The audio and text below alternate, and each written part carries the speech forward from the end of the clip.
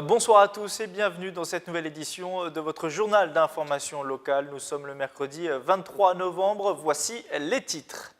Le mois sans tabac a bientôt terminé. L'opération pour lutter contre le tabagisme court jusqu'à la fin novembre. Au centre hospitalier de Versailles, des tabacologues sont présents toute l'année pour accompagner les fumeurs dans leur démarche. Nous avons suivi l'une de ces consultations.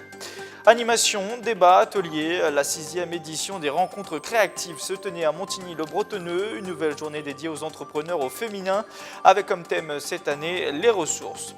Enfin, dans ce journal, vous découvrirez le nouveau visage de la mairie de Saint-Cyr-l'École. Après 10 mois de travaux et un investissement de près de 800 000 €, le nouvel hôtel de ville a été inauguré hier. Mais on ouvre ce journal avec la ville d'Elancourt, une nouvelle fois décorée pour son école numérique. Le maire Les Républicains de la ville, Jean-Michel Fourgousse, a reçu aujourd'hui le prix Territoria d'or par l'Observatoire national de l'innovation publique. Ce prix récompense l'investissement d'Elancourt dans le numérique. 2500 tablettes équipent notamment les établissements de la ville. Ce nouveau prix est la 23e récompense au palmarès d'Elancourt. Dans le reste de l'actualité, le mois sans tabac arrive bientôt à son terme. Cette initiative portée par le ministère de la Santé consiste à encourager les fumeurs à stopper la cigarette durant un mois. Cela permettrait de multiplier par 5 les chances in fine d'arrêter de fumer. Au centre hospitalier de Versailles, un service tabacologie existe depuis le début des années 2000. Nous avons assisté à l'une de ces consultations. Reportage. Essayez de vous dire aussi de vous limiter en nombre de cigarettes. C'est-à-dire que pas vous dire, là vous dites à faire 8, je ne sais pas le nombre exact, ça peut être pas plus que 5. Ça ne veut pas dire que je dois fumer 5. 2 semaines avec un patch, une bonne dose de volonté et l'envie de retrouver un souffle normal. Célia, 20 ans, a décidé d'arrêter de fumer progressivement, de 15 à 8 cigarettes par jour. Une évolution positive et importante, même si les difficultés le sont aussi. Je me sens respirer, je me sens humaine. Et voilà, les difficultés, de toute façon, il y en a tout le temps, il y en a partout, il y en a dans tous les domaines. Et voilà, ça fait partie du sevrage, que ce soit tabagique, alcoolique ou toute autre drogue. Donc il y a des difficultés, mais quand on atteint nos objectifs, on est hyper content. Pour réussir son pari, Célia consulte le service tabacologie du centre hospitalier de Versailles, une aide essentielle qui doit lui permettre d'éviter la rechute à long terme. Moi, je prenais ma cigarette comme une amie, carrément. C'était vraiment, je l'humanisais.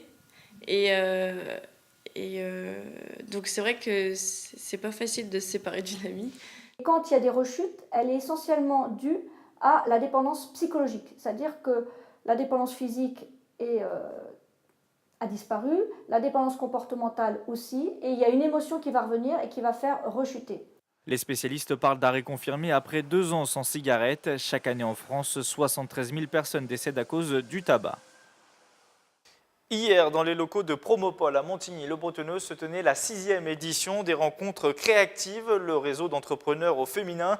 Une édition axée cette année autour des ressources, qu'elles soient matérielles ou immatérielles. Reportage. Qu'elles soient chefs d'entreprise ou porteuses de projets, les entrepreneurs yvelinoises rencontrent généralement les mêmes problématiques. Identifier et mobiliser les ressources pour réussir, c'était le thème de cette 6e édition des rencontres créatives.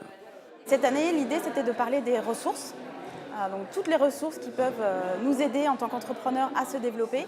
Donc les ressources personnelles que l'on peut avoir pour chacun d'entre nous, les ressources immatérielles, la marque par exemple, la valorisation d'une entreprise, les ressources matérielles, l'informatique, les logiciels. On a aussi les financements qui sont des ressources importantes. Pour cette journée créative, ateliers et table ronde étaient organisés dans les locaux de Promopol, la pépinière d'entreprise de Saint-Quentin en Yvelines. Comment recruter efficacement? Faut-il externaliser certaines de ces tâches? Des questions et des réponses qui ont trouvé un écho favorable auprès des participantes.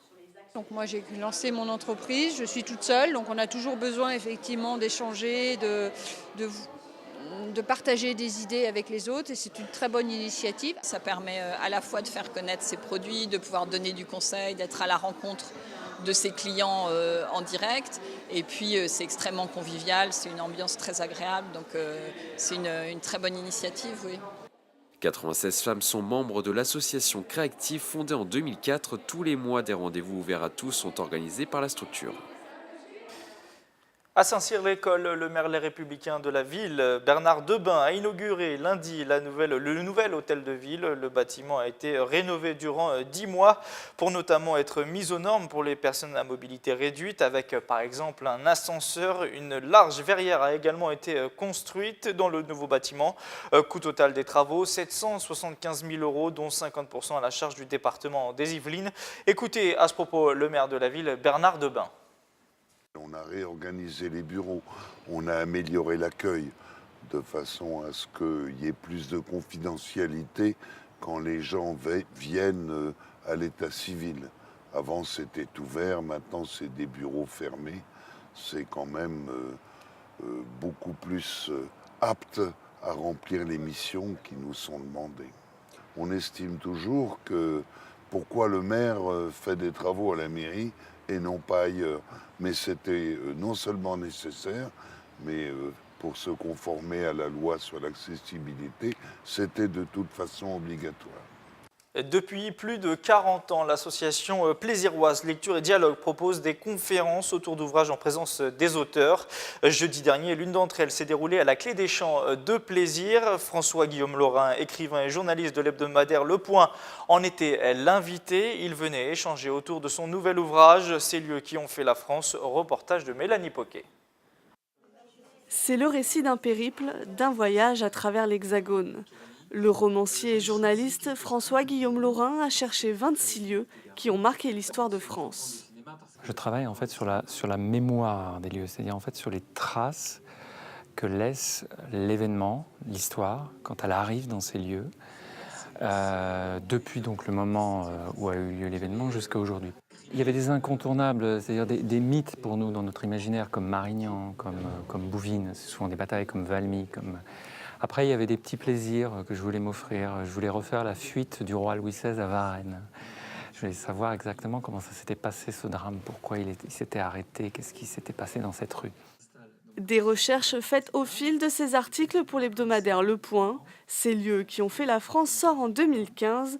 L'auteur le présentait jeudi dernier à la Clé des Champs de Plaisir.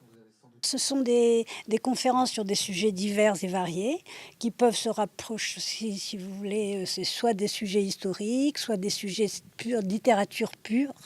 Nous recevons des écrivains qui nous parlent de tout leur cursus, soit scientifiques, soit c'est très très variable. La prochaine conférence se tiendra le jeudi 24 novembre. Il y sera question de philosophie.